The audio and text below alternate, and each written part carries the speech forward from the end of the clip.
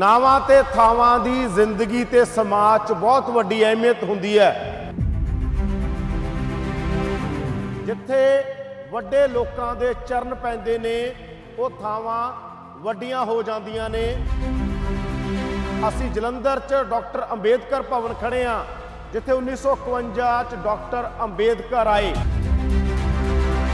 ਚਾਹੇ CM Channi CM ਬਣ ਨਾ ਬਣ, ਕਿ ਦਲਿਤ ਪੋਲਿਟਿਕਸ 'ਚ ਇੱਕ ਬਹੁਤ ਵੱਡਾ ਪੋਲਰਾਈਜੇਸ਼ਨ ਹੋ ਚੁੱਕਿਆ ਕਿ ਜਿਹੜੀ ਇਲੈਕਟਰਲ ਪੋਲਿਟਿਕਸ ਆ ਉਹਦੇ 'ਚ ਇਹ ਇਸ ਕੰਮ ਨੇ ਕਰਤਾ, ਇਹ ਕੰਮ ਹੋ ਗਿਆ।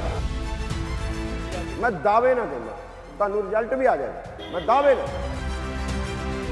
ਕਿ ਚਰਨਜੀਤ ਸਿੰਘ ਚੰਨੀ ਹੋਰਾਂ ਨੂੰ ਮੁੱਖ ਮੰਤਰੀ ਬਣਾਇਆ ਗਿਆ। It's a revolution. ਧਰਮ ਦੇ ਨਾਂ ਤੇ ਹੋਈ, ਦੱਸੋ ਤੁਸੀਂ, ਸਿੱਖਾਂ ਦੇ ਨਾਂ ਤੇ ਹੋਈ। ਮੈਨੂੰ ਦੱਸੋ, ਸਿੱਧੂ ਲੱਭ ਨਹੀਂ ਰਿਹਾ। ਸਿੱਧੂ ਕਿੱਥੇ ਚਲੇ ਗਿਆ? ਨਵਜੋਤ ਸਿੰਘ ਸਿੱਧੂ ਉਹ ਕਿੱਥੇ ਆ? ਕੀ ਇਹ ਫੈਕਟਰ ਆ ਕਿ ਸਿੱਧੂ ਇਸ ਕਰਕੇ ਨਹੀਂ ਲੱਭਾ ਕਿ ਚੰਨੀ ਦੀ ਦਲਿਤ ਪੋਲਿਟਿਕਸ ਪਲੱਸ ਜਿਹੜੀ ਪੰਜਾਬੀ ਆਇਡੈਂਟੀਟੀ ਦੀ ਪੋਲਿਟਿਕਸ? ਉਹਨੇ ਪੰਜਾਬੀ ਆਇਡੈਂਟੀਟੀ ਦੀ ਗੱਲ ਕੀਤੀ ਨਾ ਜਦੋਂ, ਕਿਉਂਕਿ ਬਹੁਤੇ ਲੋਕ ਕਹਿੰਦੇ ਨੇ ਇੱਥੇ ਕਾਂਸੀ ਰਾਮ ਨੇ ਵੱਡਾ ਐਕਸਪੈਰੀਮੈਂਟ ਕੀਤਾ। ਮਾਡਰਨ ਪੰਜਾਬ ਦੇ ਵਿੱਚ ਕਿੱਲ ਕੀਤਾ ਗਿਆ ਨਾ। ਇੱਥੇ ਬੋਧੀ ਨਹੀਂ ਸੀ, ਉਦੋਂ ਤਾਂ ਨਹੀਂ ਸੀ ਨਾ। ਕਿੱਲ ਕੀਤਾ ਗਿਆ ਜਦੋਂ ਬ੍ਰਾਹਮਣਾਂ ਵੱਲੋਂ ਕਿ ਬੁੱਧੂ ਆਪ ਕੋਈ ਬਣੇ ਤਾਂ ਗਿਲਾ ਕੋਈ ਨਹੀਂ, ਸਾਰੀ ਕੌਮ ਨੂੰ ਬੁੱਧੂ ਬਣਾਏ ਕੋਈ ਨਾ, ਯਾਨੀ ਇਡੀਅਟ। ਦਲਿਤ ਦੇ ਵਿਦਨ ਵੀ ਬਹੁਤ ਸਾਰੇ ਦਲਿਤ ਨੇ, ਕੰਟਰਡਿਕਸ਼ਨਸ ਨੇ। ਹਾਂ, ਕੰਟਰਡਿਕਸ਼ਨ ਨੇ, ਵਿਰੋਧਤਾਈਆਂ ਨੇ। ਫਿਰ ਜਦੋਂ ਸੀਐਮ ਚੰਨੀ ਨੂੰ ਐਜ਼ ਅ ਦਲਿਤ ਦੇਖਿਆ ਜਾਂਦਾ, ਕਿ ਦਲਿਤ ਕਮਿਊਨਿਟੀਆਂ ਦੇਖਦੀਆਂ ਜਾਂ ਉਹਨਾਂ ਦੀ ਡਿਟੇਲ ਨਾਲ। ਮੈਂ ਕਹਿੰਦਾ ਜਦੋਂ ਮੋਦੀ ਚੰਨੀ ਹੋਈ ਆ, ਪੰਜਾਬੀਆਂ ਨੇ ਉਹਨੂੰ ਹਿਰਦੇ ਤੇ ਚੱਕ ਲਿਆ ਯਾਰ। ਸਿੱਖ ਜਦੋਂ ਕਹਿ ਗਿਆ ਸਿੱਖ ਬਣਨਾ ਚਾਹੁੰਦੇ ਨੇ ਉਹ। ਮਤਲਬ ਨਹੀਂ, ਐਸਸੀ ਕਮਿਸ਼ਨ ਨੇ ਕਹਿਤਾ ਕਿ ਦਲਿਤ ਕਿਉਂ ਕਹਿ ਰਹੇ ਹੋ? ਐਸਸੀ ਕਮਿਸ਼ਨ ਨੇ ਕਿਹਾ ਜੇ ਦਲਿਤ ਕਹੋਗੇ ਪਰਚਾ ਹੋ ਜੂ ਤੁਹਾਡੇ ਤੇ। 100 ਸਾਲ ਪਹਿਲੇ ਭਗਤ ਸਿੰਘ ਲਿਖ ਰਿਹਾ, 100 ਸਾਲ ਪਹਿਲੇ ਬਾਬਾ ਸਾਹਿਬ ਅਲਰਟ ਕਰ ਰਹੇ ਨੇ। ਆਨ ਮਜ਼ਦੂਰ ਏਕਤਾ ਦੇ ਨਾਰੇ ਲਾਇਆ, ਮਜ਼ਦੂਰ ਕਿੱਥੇ ਸੀਗਾ ਯਾਰ? ਉੱਥੇ ਹੈ ਹੀ ਨਾ ਸੀ, ਐਵੇਂ ਮਾਰਦੇ ਅਸੀਂ। Contradiction is there.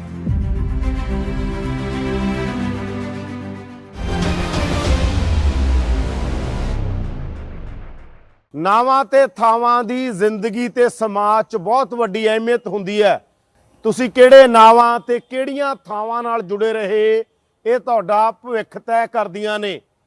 ਜਿੱਥੇ ਵੱਡੇ ਲੋਕਾਂ ਦੇ ਚਰਨ ਪੈਂਦੇ ਨੇ ਉਹ ਥਾਵਾਂ ਵੱਡੀਆਂ ਹੋ ਜਾਂਦੀਆਂ ਨੇ।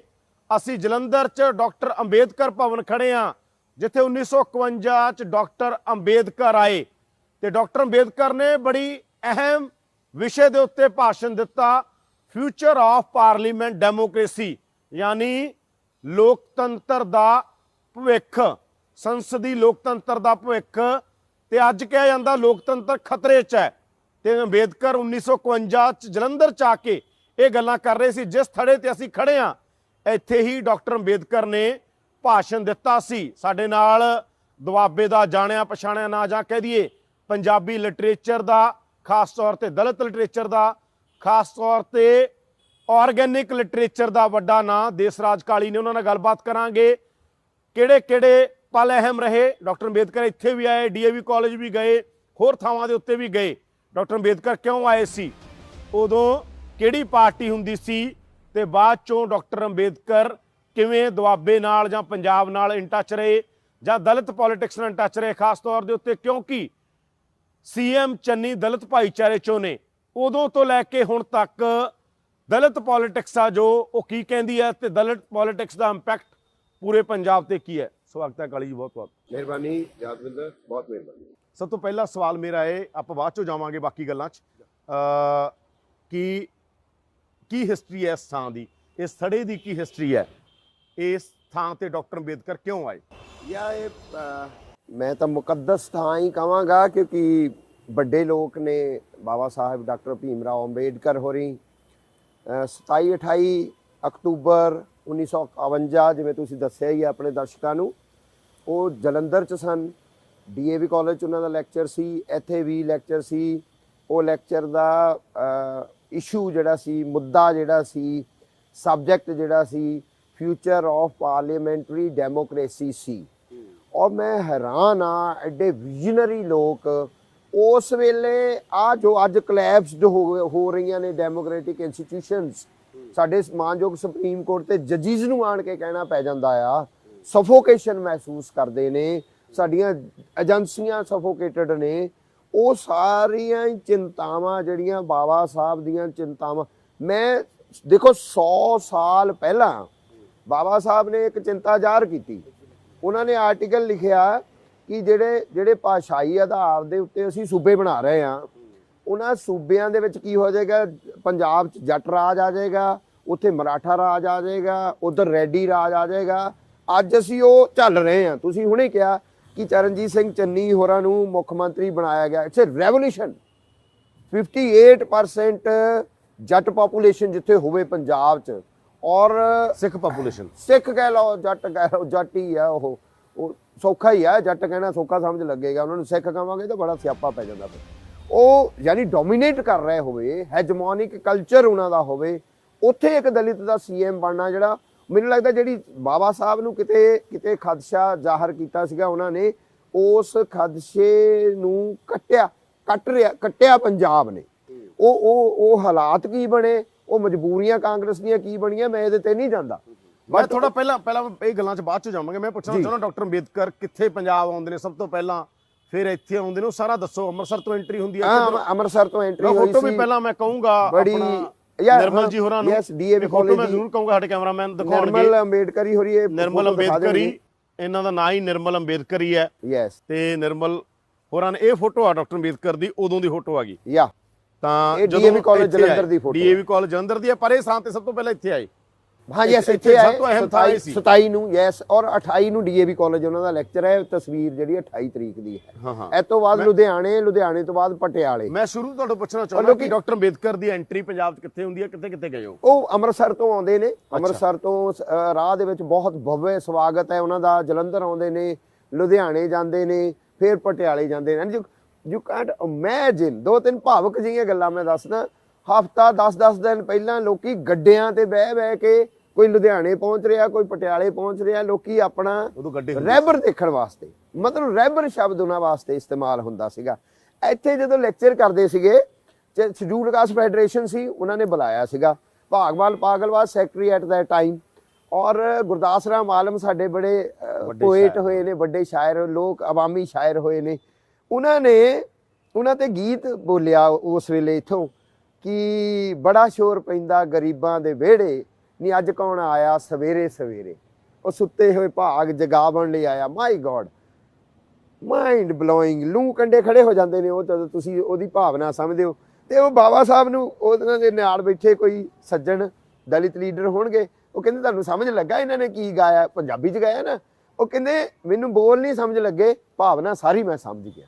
ਔਰ ਆਪ ਭਾਵਕ ਹੋ ਗਏ ਸੀਗੇ। ਮਤਲਬ ਉਹ ਮੈਂ ਭਾਗਮਲ ਪਾਗਲ ਉਹਨਾਂ ਨੂੰ ਮਿਲਿਆ। ਹੀ ਵਾਜ਼ A grade Dalit leader, scheduled caste federation the. 26 Alipur road ਬਾਬਾ ਸਾਹਿਬ ਦੀ ਕੋਠੀ 'ਚ ਬਿਨਾਂ ਨੌਕ ਕੀਤੇ ਪੰਜਾਬੀ ਜੇ ਕੋਈ ਦਲਿਤ ਜਾ ਸਕਦਾ ਸੀ, ਭਾਗਮਲ ਪਾਗਲ। ਮੈਂ ਉਹਨਾਂ ਇੰਟਰਵਿਊ ਵੀ ਕੀਤਾ, ਮੈਂ ਉਹ ਬਜ਼ੁਰਗ ਨੂੰ ਮਿਲਿਆ ਹੋਇਆ, ਚੰਗੀ ਤਰ੍ਹਾਂ ਮਿਲਿਆ ਹੋਇਆ, ਹੈ ਨਾ। ਤੇ ਉਹਨਾਂ ਨੇ ਮੈਨੂੰ ਦੱਸਿਆ ਸੀ ਕਿ ਬਾਬਾ ਸਾਹਿਬ ਦੀਆਂ ਅੱਖਾਂ 'ਚ ਪਾਣੀ ਸੀਗਾ ਕਿ ਇਹਨੇ ਜੋ ਗਾਇਆ ਹੈ ਨਾ ਇਸ ਕਵੀ ਨੇ, ਮੈਂ ਉਹਦੀ ਫੀਲਿੰਗ ਸਮਝ। ਤੋ ਉਹ ਜਗ੍ਹਾ ਆ ਸੱਚੀ। ਹੋ ਇੱਥੇ ਮੈਂ ਤਾਂ ਸਜਦਾ ਕਰਨ ਹੋਣਾ।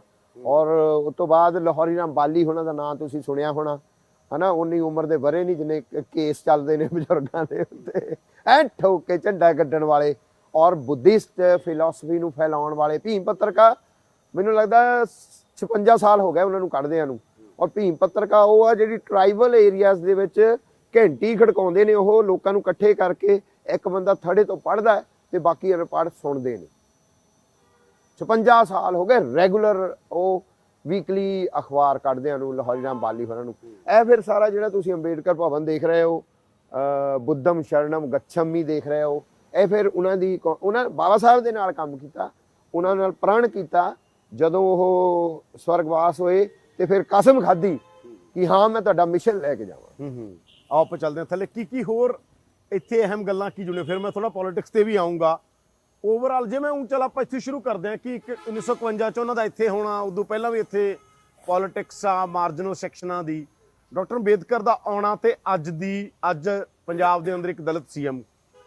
ਮੈਂ ਉਹਦੇ ਤੋਂ ਪਹਿਲਾਂ ਇੱਕ ਵਿਡੰਬਨਾ ਤੁਹਾਡੇ ਨਾਲ ਸ਼ੇਅਰ ਕਰਨੀ ਚਾਹੁੰਦਾ, ਜਿਹੜੀ ਬਹੁਤ ਜ਼ਰੂਰੀ ਗੱਲ ਹੈ।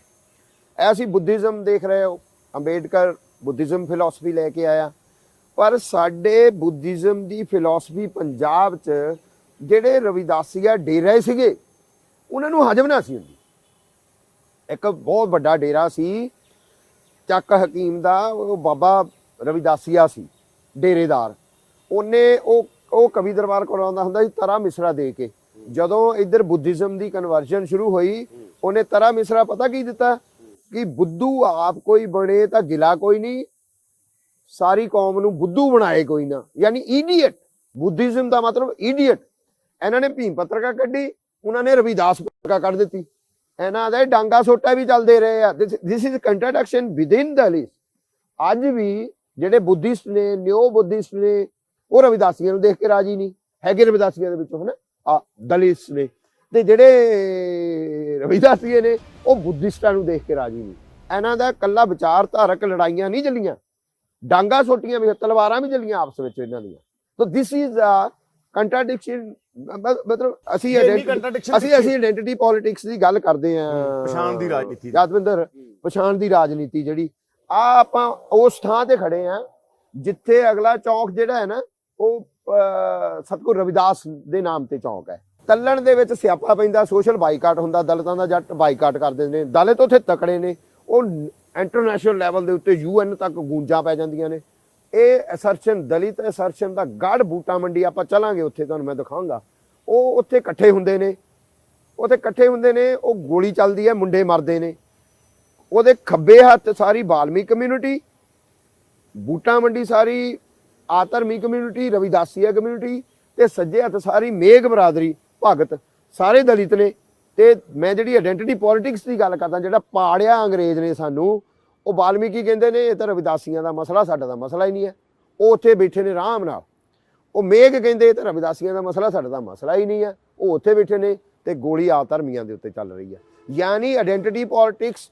ਤੇ ਫਿਰ ਮੈਂ ਤੁਹਾਨੂੰ ਇਹ ਕਹਿ ਰਿਹਾ, ਵਿਦਿਨ ਰਵਿਦਾਸੀਆ ਉਹ ਅੰਬੇਡਕਰਾਈਟ, ਉਹ ਬੁੱਧਿਸਟ, ਤੇ ਉਹ ਰਵਿਦਾਸੀਆ ਡੇਰੇ। ਇਹ ਕੰਟਰਡਿਕਸ਼ਨ ਜਿਹੜੀ ਹੈ ਨਾ, ਇਹ ਬਹੁਤ ਖਤਰਨਾਕ ਕੰਟਰਡਿਕਸ਼ਨ ਹੈ। ਔਰ ਬੁੱਧਿਜ਼ਮ ਦੀ ਕਨਵਰਜਨ ਹੁੰਦੀ ਹੈ ਪੰਜਾਬ 'ਚ, ਬਟ ਉਹ ਫਿਰ ਬ੍ਰੇਕ ਲੱਗਦੀ ਹੈ ਇੱਕ। ਬੋਧੀ, ਜਿਵੇਂ ਮੈਂ ਦੱਸਣਾ ਚਾਹੁੰਦਾ, ਬੁੱਧ ਧਰਮ ਇੱਥੇ ਅੰਬੇਦਕਰ ਦੇ ਜ਼ਰੀਏ ਆਇਆ। ਪੰਜਾਬ 'ਚ ਕੋਈ ਬੋਧੀ ਨਹੀਂ ਸੀ ਪਹਿਲਾਂ। ਪੰਜਾਬ 'ਚ ਬੋਧੀ ਬਣੇ ਵੈਸੇ ਡਾਕਟਰ ਅੰਬੇਦਕਰ ਦੇ ਜ਼ਰੀਏ, ਜਿਹੜਾ ਮਾਸ ਲੈਵਲ ਤੇ। ਨੋ ਪੰਜਾਬ ਹੀ ਤਾਂ ਬੁੱਧਿਸਟਾਂ ਦਾ ਘਾਟ ਸੀਗਾ। ਜਲੰਧਰ ਇਟਸੈਲਫ, ਹੀ ਵਾਸ ਏ ਬੁੱਧਿਸਟ ਮੌਂਕ, ਜਲੰਧਰੀ ਪਾਦ 1 AD ਚ, ਕਨਿਸ਼ਕ ਦੇ ਪੀਰੀਅਡ ਚ, ਜਿਹਦੇ ਨਾਂ ਤੇ ਜਲੰਧਰ ਪਿਆ ਹੋਇਆ।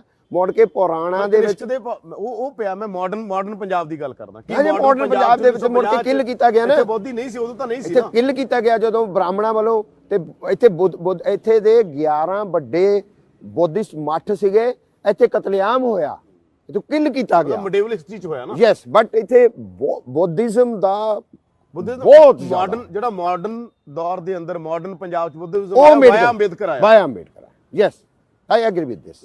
ਪਰ ਅਦਰਵਾਈਜ਼ ਮੈਂ ਤੁਹਾਨੂੰ ਹੋਰ ਹੈਰਾਨ ਹੋਵੋਗੇ। ਤੁਸੀਂ ਸੁਲਤਾਨਪੁਰ ਲੋਧੀ ਜਾਂਦੇ ਹੋ ਤੇ ਕਿਤੇ ਨਿਗਾਹ ਮਾਰਿਓ ਤੁਸੀਂ, ਪ੍ਰੋ ਪੰਜਾਬ ਦੇ ਦਰਸ਼ਕਾਂ ਨੂੰ ਉਹ ਬੁੱਧਿਸਟ ਮੱਠਾਂ ਦੇ ਦਰਸ਼ਨ ਕਰਾਇਓ। ਜਿਹੜਾ ਔਰੰਗਜ਼ੇਬ ਹੈ ਉਹ ਬੁੱਧਿਸਟ ਮੱਠ 'ਚ ਪੜਿਆ ਹੋਇਆ। ਅੱਛਾ, ਯੈਸ, ਮੁਗਲ ਸਮਰਾਟ ਔਰੰਗਜ਼ੇਬ ਬੁੱਧਿਸਟ ਮੱਠ 'ਚ ਪੜਿਆ ਹੋਇਆ। ਉਹ ਮੱਠਾਂ ਦੇ ਅਵਸ਼ੇਸ਼ ਅਜੇ ਵੀ ਹੈਗੇ ਆ। ਇੱਥੇ ਮੱਠ ਸੀਗਾ ਉਹਦਾ ਜਲੰਧਰੀ ਮੌਂਕ ਦਾ, ਜਲੰਧਰੀ ਪਾਦ ਦਾ। ਉਹ ਮੁੜ ਕੇ RSS ਵਾਲਿਆਂ ਨੇ ਢਾਹ ਕੇ ਉਹਦੀ ਆਰਕੀਟੈਕਚਰਲ ਡਿਜ਼ਾਈਨਿੰਗ ਨੂੰ ਢਾਹ ਢੇਰੀ ਕਰਕੇ ਉੱਥੇ ਮੰਦਿਰ ਬਣਾਤਾ ਬਰਿੰਦਾ ਦਾ। ਉਹ ਹੁਣ ਹਿੰਦੂ ਆਰਕੀਟੈਕਚਰ ਡਿਜ਼ਾਈਨ 'ਚ ਹੈ, ਬੁੱਧਿਸਟ। ਮਤਲਬ ਆਰਕੀਟੈਕਚਰਲ ਲੜਾਈਆਂ ਵੀ ਨੇ ਪੰਜਾਬ ਦੇ ਵਿੱਚ ਆਈਡੀਓਲੋਜੀ ਨੂੰ ਕਿਲ ਕਰਨ ਵਾਸਤੇ। ਜਦੋਂ ਇਹ ਗੱਲ ਕਹੀ ਜਾਂਦੀ ਹੈ ਕਿ ਜਿਵੇਂ ਤੁਸੀਂ ਕਹਿੰਦੇ ਹੋ ਪਛਾਣਾਂ ਦੇ ਅੰਦਰ ਵੀ ਪਛਾਣਾਂ ਨੇ, ਦਲਿਤ ਦੇ ਵਿਦਿਨ ਵੀ ਬਹੁਤ ਸਾਰੇ ਦਲਿਤ ਨੇ, ਕੰਟਰਡਿਕਸ਼ਨਸ ਨੇ। ਯੈਸ, ਹਾਂ, ਕੰਟਰਡਿਕਸ਼ਨ ਨੇ, ਵਿਰੋਧਤਾਈਆਂ ਨੇ। ਫਿਰ ਜਦੋਂ CM ਚੰਨੀ ਨੂੰ ਐਜ਼ ਦਲਿਤ ਦੇਖਿਆ ਜਾਂਦਾ, ਕੀ ਦਲਿਤ ਕਮਿਊਨਿਟੀਆਂ ਦੇਖਦੇ? ਮੈਂ ਹੈਰਾਨ ਰਹਿ ਗਿਆ ਕਿ ਉੱਥੇ ਕੋਈ ਪਛਾਣਾਂ ਦੀ ਰਾਜਨੀਤੀ ਚੱਲੀ ਹੋਈ ਨਹੀਂ। ਉਹ ਕਹਿੰਦੇ ਯਾਰ 72 ਸਾਲ ਬਾਅਦ ਸਾਡਾ ਬੰਦਾ ਬਣਿਆ। ਸਾਡਾ ਬੰਦਾ ਸ਼ਬਦ ਉਹਦੇ ਲਈ ਵਰਤਿਆ। ਮੈਂ ਹੈਰਾਨ ਸੀ। ਉਹ ਮੈਨੂੰ ਲੱਗਦਾ ਸੀ, ਮੈਂ ਕਿਹਾ ਯਾਰ ਅੰਗਰੇਜ਼ ਨੇ ਕਿੱਡੇ ਬੀਜ ਬੋਏ ਹੋਏ ਨੇ, ਕਿੱਡੇ ਉਹ ਗੱਲ। ਮੈਂ ਜਿਹੜੀ ਗੱਲ ਉੱਥੇ ਕਰਕੇ ਆਇਆ ਨਾ ਕਿ ਬਾਬਾ ਸਾਹਿਬ ਦੇ ਖਾਦਸ਼ਿਆਂ ਨੂੰ ਵੀ ਕਿਤੇ ਬ੍ਰੇਕ ਕੀਤਾ ਹੈ ਨਾ। ਉਹ ਜਿੱਦਾਂ ਸਾਡੇ ਪ੍ਰਧਾਨ ਮੰਤਰੀ ਦੇ ਕਹਿੰਦੇ ਸੁਰੱਖਿਆ ਨੂੰ ਸੇਂਧ ਲਾਈ ਜਾਂ ਸੁਰੱਖਿਆ 'ਚ ਝੂਕ ਹੋਈ, ਦੋ ਗੱਲਾਂ ਚੱਲੀਆਂ ਮੀਡੀਆ ਦੇ ਵਿੱਚ ਵੀ ਹੈ ਨਾ, ਜਿਹੜੇ ਉਧਰਲੇ ਸੀ ਉਹ ਕਹਿੰਦੇ ਸੇਧ ਲਾਈ, ਜਿਹੜੇ ਉਧਰਲੇ ਸੀ ਕਹਿੰਦੇ ਚੂਕ ਹੋਈ। ਐਵੇਂ ਹੀ ਮਤਲਬ ਜਿਹੜੀ ਚੂਕ ਹੋਈ ਸੀਗੀ ਬਾਬਾ ਸਾਹਿਬ, ਉਹ ਮੈਨੂੰ ਲੱਗਾ ਯਾਰ ਨਹੀਂ ਐ ਨਹੀਂ ਹੁੰਦਾ, ਸੰਭਾਵਨਾਵਾਂ ਪਈਆਂ ਹੁੰਦੀਆਂ ਨੇ, ਸੰਭਾਵਨਾਵਾਂ ਆਈਆਂ ਸਾਹਮਣੇ। ਪਰ ਉੱਥੇ ਸਾਰਿਆਂ ਨੇ ਮੈਂ ਕਿਵੇਂ ਦੇ ਮੈਂ ਕਹਿ ਰਿਹਾ 1951 ਤੋਂ ਲੈ ਕੇ 2022 ਕੀ ਹੈ ਦਲਿਤ ਪੋਲਿਟਿਕਸ 1951, ਕਿਉਂਕਿ ਮੈਂ ਡਾਕਟਰ ਅੰਬੇਦਕਰ ਦੇ ਆਉਣ ਦੀ ਗੱਲ ਕਰਦਾ ਇੱਥੇ 1951 ਚ ਪੰਜਾਬ ਚ ਆ ਰਹੇ ਨੇ ਉਹ 2022। ਦੇਖੋ ਯਾਰ ਡਾਕਟਰ ਅੰਬੇਦਕਰ ਪਹਿਲਾਂ ਵੀ ਆਏ, ਕਿੰਨੇ ਪਹਿਲਾਂ ਕਿੱਥੇ ਪਹਿਲਾਂ ਮੈਨੂੰ ਲੱਗਦਾ ਪਹਿਲਾਂ ਉਹ ਅੰਮ੍ਰਿਤਸਰ ਚ ਆਏ ਸੀ, ਜਦੋਂ ਕਹਿ ਗਿਆ ਹਾਂ ਸਿੱਖ ਬਣਨਾ ਚਾਹੁੰਦੇ ਨੇ ਜਿਸ ਵੇਲੇ ਉਹ ਸਟੱਡੀ ਕਰ ਰਹੇ ਸੀਗੇ ਉਦੋਂ ਅੰਮ੍ਰਿਤਸਰ ਚ ਆਏ ਸੀਗੇ। ਸਿੱਖ ਕੌਣ ਨੇ? ਸਿੱਖਾਂ ਦੀ ਬਦਕਿਸਮਤੀ ਹੈ ਥੋੜੀ ਜਿਹੀ ਹੈ ਨਾ, ਕਿ ਉਹ ਰਹਿ ਗਈ ਗੱਲ, ਨਹੀਂ ਤਾਂ ਐਡੇ ਵੱਡੇ ਹਾਈਲੀ ਇੰਟੈਲੈਕਚੁਅਲ, ਮੈਂ ਉਹਨਾਂ ਦੀ ਉਹ ਸਟੱਡੀ ਕਰ ਰਿਹਾ ਕਿ ਉਹ ਈਸਾਈਅਤ ਨੂੰ ਪੜ੍ਹ ਰਹੇ ਨੇ, ਉਹ ਬੁੱਧ, ਦੇਖੋ ਉਹ ਬੜੇ ਵਿਜ਼ਨਰੀ ਲੋਕ ਸੀਗੇ ਯਾਰ। ਉਹਨਾਂ ਨੇ ਦਲਿਤਾਂ ਨੂੰ ਜਿਹੜੀਆਂ ਹੁਣ ਐਥਨਿਕ ਆਇਡੈਂਟੀਟੀਜ਼ ਦੀ ਅਸੀਂ ਗੱਲ ਕਰਦੇ ਹਾਂ, ਤਾਂ ਬੁੱਧਿਜ਼ਮ ਕੀ ਸੀ? ਬੁੱਧਿਜ਼ਮ ਆਜ਼ ਐਨ ਅੰਬਰੇਲਾ, ਇੱਕ ਛਤਰੀ ਦੇਤੀ ਕਿ ਤੁਸੀਂ ਸਾਰੀਆਂ ਪਛਾਣਾਂ ਵਾਲੇ ਇਹਦੀ ਛਤਰੀ ਦੇ ਥੱਲੇ ਆ ਜਾਓ, ਕੱਲ ਨੂੰ ਤੁਹਾਨੂੰ ਤੰਗੀ ਆਏਗੀ ਤਾਂ ਪੂਰੇ ਵਿਸ਼ਵ 'ਚ ਜਿੱਥੇ ਜਿੱਥੇ ਬੁੱਧਿਸਟ ਹੋਣਗੇ ਨਾ ਤੁਹਾਡੀ ਰਾਖੀ ਲਈ ਆ ਜਾਣਗੇ। ਇਹ ਕੋਈ ਧਰਮ ਨਹੀਂ ਸੀ। ਦੈਟਸ ਵਾਈ ਉਹਨਾਂ ਦੀ ਕਿਤਾਬ ਕੱਢੀ ਬੁੱਧਾ ਐਂਡ ਹਿਸ ਧੰਮਾ, ਔਰ ਉਹ ਬੁੱਧਿਜ਼ਮ ਵਾਲਾ ਧਰਮ ਥੋੜੋ ਹੈ, ਉਹ ਫਿਰ ਧੰਮਾ ਦੱਸਦੇ ਧੰਮ ਕੀ ਹੈ ਤੁਹਾਡਾ। ਉਹ ਸਾਰੀਆਂ ਜਿਹੜੀਆਂ ਸਾਰਾ ਹੈ ਨਾ ਉਹ ਵਿਜ਼ਨਰੀ। ਜਦੋਂ ਉਹ ਦਲਿਤ ਸ਼ਬਦ ਜਦੋਂ ਚੰਨੀ ਹੁਣਾਂ ਨੂੰ ਬਣਾਇਆ ਗਿਆ ਤਾਂ ਦਲਿਤ ਸ਼ਬਦ ਤੇ ਬੜਾ ਇਤਰਾਜ਼ ਹੋਇਆ। ਕਈ ਪੱਤਰਕਾਰ ਕਹਿੰਦੇ ਯਾਰ ਦਲਿਤ ਨਹੀਂ, ਤੁਸੀਂ ਵੀ ਸਵਾਲ ਕੀਤਾ ਸੀਗਾ ਹੈ ਨਾ, ਜਦ ਤੁਸੀਂ ਤਾਂ ਪੰਗੇ ਲੈਣੇ ਹੀ ਹੁੰਦੇ ਆ, ਚਲੋ ਕੋਈ ਗੱਲ ਨਹੀਂ। ਨਹੀਂ ਐਸਸੀ ਕਮਿਸ਼ਨ ਨੇ ਕਹਿਤਾ ਕਿ ਦਲਿਤ ਕਿਉਂ ਕਹਿ ਰਹੇ ਹੋ? ਐਸਸੀ ਕਮਿਸ਼ਨ ਨੇ ਕਿਹਾ ਜੇ ਦਲਿਤ ਕਹੋਗੇ ਪਰਚਾ ਹੋ ਜੂ ਤੁਹਾਡੇ ਤੇ। ਉਹ ਯਾਰ ਐਸਸੀ ਕਮਿਸ਼ਨ ਨੂੰ ਕੀ ਪਤਾ ਕੀ ਹੁੰਦੇ ਆ, ਕਮਿਸ਼ਨ ਐਵੇਂ ਪੋਲੀਟੀਕਲ ਜਿਹਾ, ਮੈਂ ਨਹੀਂ ਮੰਨਦਾ ਇਹਨਾਂ ਨੂੰ। ਮੋਇਆ ਇੱਥੇ ਐਸਸੀ ਕਮਿਸ਼ਨ ਨੇ, ਉਹਨੇ ਕਿਸੇ ਦਲਿਤ ਦੀ ਤਾਂ ਗੱਲ ਨਹੀਂ ਸੁਣੀ। ਐਸਸੀ ਕਮਿਸ਼ਨ ਨੇ ਦਲਿਤ ਦੀ ਤਾਂ ਗੱਲ ਨਹੀਂ ਸੁਣੀ ਕਿਸੇ ਦੀ ਕਦੇ। ਕਿਹੜਾ ਐਸਸੀ ਕਮਿਸ਼ਨ ਇੱਥੇ ਕੀ ਕੀਤਾ ਕਮਿਸ਼ਨ ਨੇ? ਮੈਨੂੰ ਬਣਾ ਦੇਵੇ ਉਹ ਦਲਿਤ ਕਹਿਤਾ, ਮੈਨੂੰ ਦਲਿਤ ਕਹੋ, ਆਮ ਦਲਿਤ, ਆਈ ਹੈਵ ਮਾਈ ਕਾਸਟ, ਮੈਂ ਸਮਾਜ 'ਚ ਸਰਵਾਈਵ ਕਰਦੀ ਆ ਕਾਸਟ। ਉਹ ਐਂ ਕਿੱਦਾਂ ਮਿੱਟੀ ਪਾ ਦੋਗੇ ਤੁਸੀਂ? ਬਟ ਜਿਹੜਾ ਦਲੀ ਸ਼ਬਦ ਹੈ ਇਟਸ ਨਾਟ, ਇਹ ਬਹੁਤ ਵਿਜ਼ਨਰੀ ਸ਼ਬਦ ਹੈ, ਉਹ ਇੱਕ ਅੰਬਰੇਲਾ ਹੈ। ਮੈਂ ਕਿ ਜਿਵੇਂ ਬੁੱਧਿਜ਼ਮ ਦਾ ਕਹਿ ਰਿਹਾ ਉਵੇਂ ਦਲਿਤ ਇੱਕ ਅੰਬਰੇਲਾ ਹੈ। ਜਦੋਂ ਤੁਹਾਨੂੰ ਵਾਲਮੀਕੀ ਕੋ ਕਹੇਗਾ, ਕੋਈ ਰਵਿਦਾਸੀਆ ਕਹੇਗਾ, ਕੋਈ ਚਮਾਰ ਕਹੇਗਾ, ਤਾਂ ਉਦੋਂ ਤੁਸੀਂ ਖੁਸ਼ ਹੋ ਜਾਓਗੇ। ਉਹਨੇ ਕਿਹਾ ਨਹੀਂ ਯਾਰ ਇਹ ਰਿਸਪੈਕਟੇਬਲ ਸ਼ਬਦ ਹੈ, it's a political word, it's an intellectual interpretation ਕਿ ਅਸੀਂ ਦਲਿਤ ਹਾਂ। ਸ਼ਡਿਊਲਡ ਕੋਈ ਵਰਡ ਨਹੀਂ ਹੈ, ਪੋਲੀਟੀਕਲ ਨਹੀਂ ਹੈ, ਇੰਟੈਲੈਕਚੁਅਲ ਵਰਡ ਨਹੀਂ ਹੈ, ਸਿਧਾਂਤਕ ਵਰਡ ਨਹੀਂ ਹੈ। ਸ਼ਡਿਊਲ ਦਾ ਮਤਲਬ ਇੱਕ ਸ਼੍ਰੇਣੀ ਹੈ, ਇਹਦੇ ਵਿੱਚ ਆਹ ਕਾਸਟਾਂ ਨੇ ਹੈ ਨਾ, ਉਹ ਸਾਰੇ ਚੋਰ ਹੀ ਬਣਾਤੇ ਅੰਗਰੇਜ਼ਾਂ ਨੇ, ਤੇ ਉਹ ਕਾਸਟਾਂ ਜਿਹੜੀਆਂ ਉਹਨੂੰ ਸੂਟ ਨਹੀਂ ਕਰਦੀਆਂ ਸੀਗੀਆਂ। ਬਾਬਾ ਸਾਹਿਬ ਕਹਿੰਦੇ ਨਹੀਂ ਇਹ ਦਲਿਤ ਨੇ, ਇੱਕ ਸ਼ਬਦ ਦਿੱਤਾ। ਇਹ ਸ਼ਬਦ ਡਾਕਟਰ ਅੰਬੇਦਕਰ ਵੱਲੋਂ ਦਿੱਤਾ ਹੈ।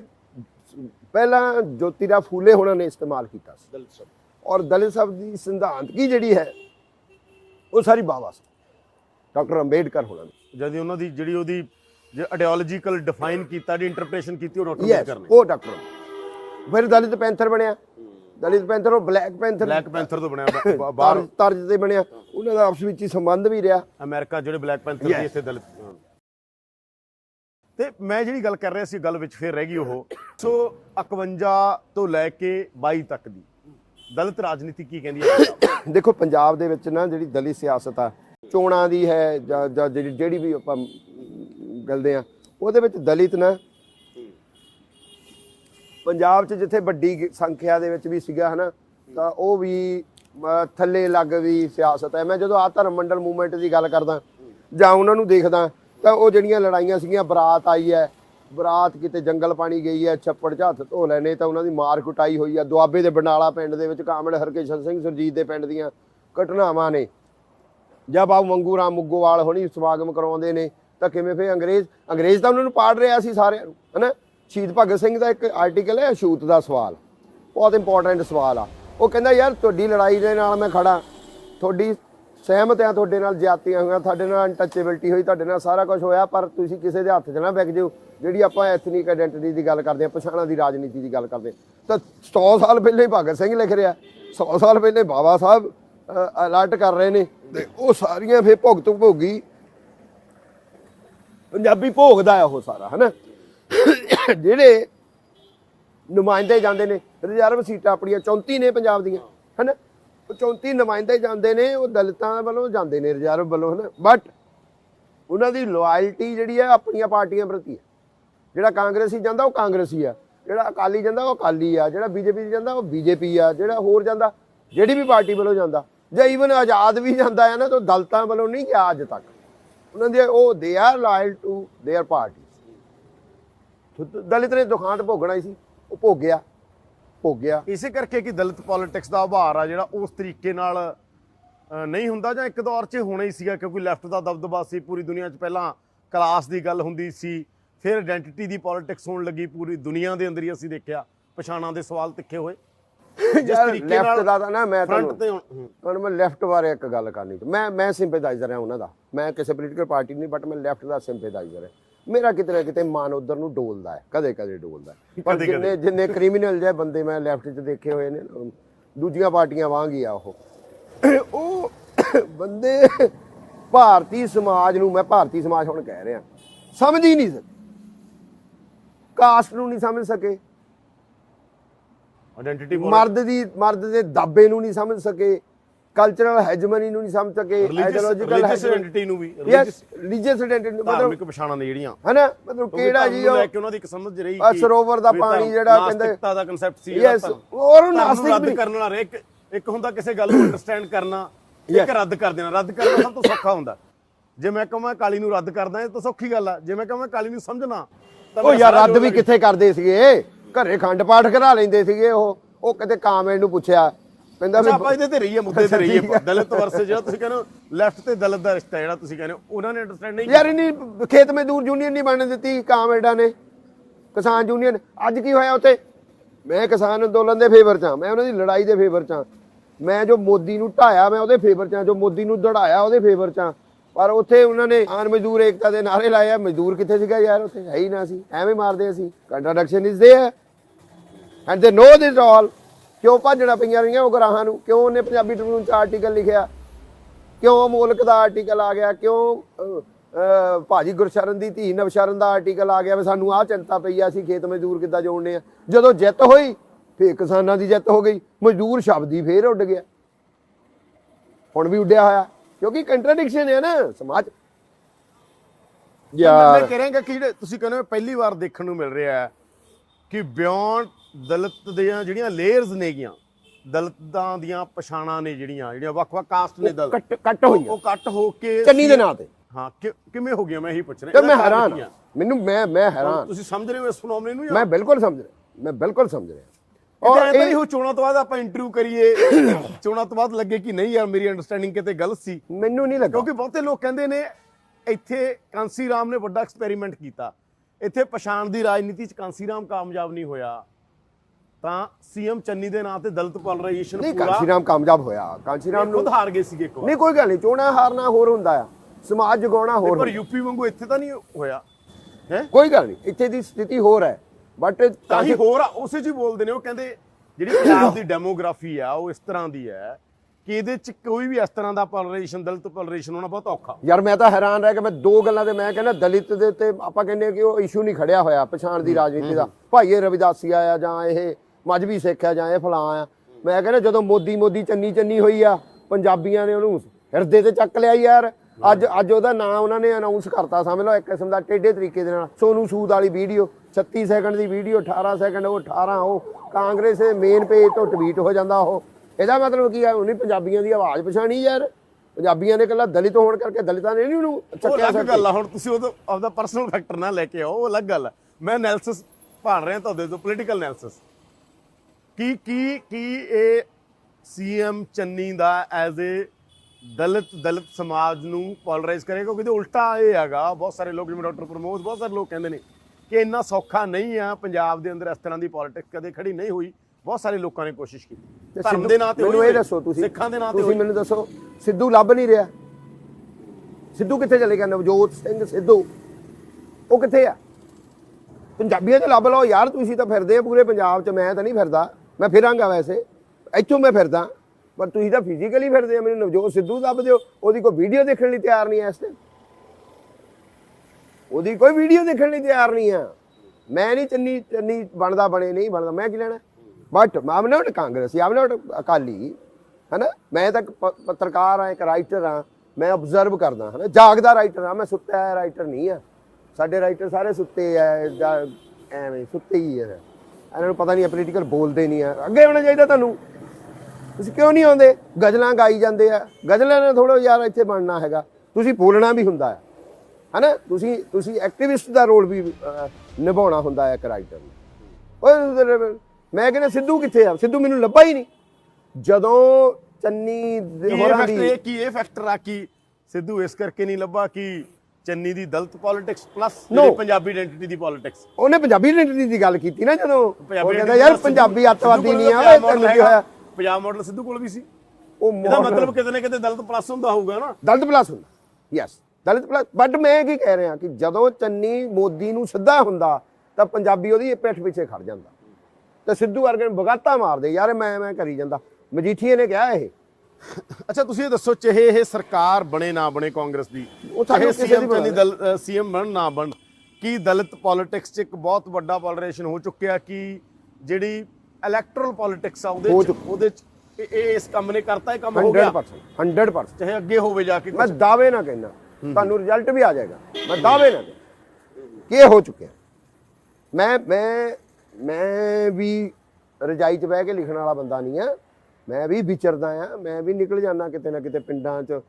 ਦੋਸਤ ਦੇ ਬੱਚੇ ਦੇ ਲੋਹੜੀ ਪਾਉਣ ਲਈ ਗੁੜ ਦੇ ਬਹਾਨੇ 20 ਪਿੰਡ ਮੈਂ ਤਾਂ ਕੱਢਿਆ ਹੋਣਾ ਹੈ ਨਾ, ਗੁੜ ਪੁੱਛਦਾ ਹੀ ਮੈਂ ਪੁੱਛਿਆ ਹੋਣਾ ਭਾਈ ਕਿਹਦੇ ਨਾਲ ਖੜਨਾ ਕਿਹਦੇ ਨਾਲ ਨਹੀਂ ਖੜਨਾ ਤੁਸੀਂ, ਹੈ ਨਾ। ਸੋ ਮੈਨੂੰ ਲੱਗਦਾ ਹੈ ਕਿ ਇਹ 100% ਹੋ ਗਿਆ, ਔਰ ਮੋਦੀ ਚੰਨੀ ਹੋਣ ਦੇ ਨਾਲ ਉਹਦੀ ਮੋਹਰ ਜਿਹੜੀ ਹੈ ਐਜ਼ ਪੰਜਾਬੀ ਆਇਡੈਂਟੀਟੀ ਜਿਹੜੀ ਤੁਸੀਂ ਕਹੀ ਆ ਸ਼ਬਦ, ਉਹ ਵੀ ਹੋ ਗਈ ਆ। ਮੈਂ ਨਹੀਂ ਕਹਿੰਦਾ ਮੈਨੂੰ ਕੀ ਆ, ਭਗਵੰਤ ਮਾਨ ਬਣਾ ਲਵੇ, ਉਹਦਾ ਚਿਹਰਾ ਵੀ ਉਹਨਾਂ ਨੇ ਐਲਾਨ ਦਿੱਤਾ, ਉਹ ਬਣਾ ਲਵੇ, ਬਣ ਜਾਵੇ ਸੀਐਮ, ਮੈਨੂੰ ਕੋਈ ਇਤਰਾਜ਼ ਨਹੀਂ ਹੈ ਨਾ। ਬਟ ਮੈਂ ਜੋ ਹੋਇਆ ਉਹ ਤੁਹਾਡੇ ਨਾਲ। ਧੰਨਵਾਦ ਤੁਹਾਡਾ, ਥੈਂਕ ਯੂ, ਬਹੁਤ ਧੰਨਵਾਦ। ਇਹਨੇ ਦੇਸਰਾਜ ਕਾਲੀ ਜਿਨ੍ਹਾਂ ਨੇ ਚਾਨਣਾ ਪਾਇਆ, ਕਿਉਂਕਿ ਅਸੀਂ ਉਸ ਥਾਂ ਦੇ ਉੱਤੇ ਆ। ਬੋਰਡ ਦੇਖ ਰਹੇ ਹੋਵੋਗੇ ਮੇਰੇ ਪਿੱਛੇ, ਮੈਂ ਕਹੂੰਗਾ ਬਲਜਿੰਦਰ ਨੂੰ, ਡਾਕਟਰ ਅੰਬੇਦਕਰ ਭਵਨ ਦਾ ਇਹ ਬੋਰਡ ਹੈ, ਤੇ ਅਸੀਂ ਉਸੇ ਗੇਟ ਦੇ ਉੱਤੇ ਖੜੇ ਹਾਂ। ਤੇ ਇਸ ਥਾਂ ਦੇ ਉੱਤੇ, ਜਿਵੇਂ ਅਸੀਂ ਕਿਹਾ ਸੀ, ਥਾਵਾਂ ਦੇ ਉੱਤੇ ਆਏ ਹੋਏ ਵੱਡੇ ਲੋਕ ਥਾਵਾਂ ਨੂੰ ਵੱਡਾ ਕਰ ਦਿੰਦੇ ਨੇ।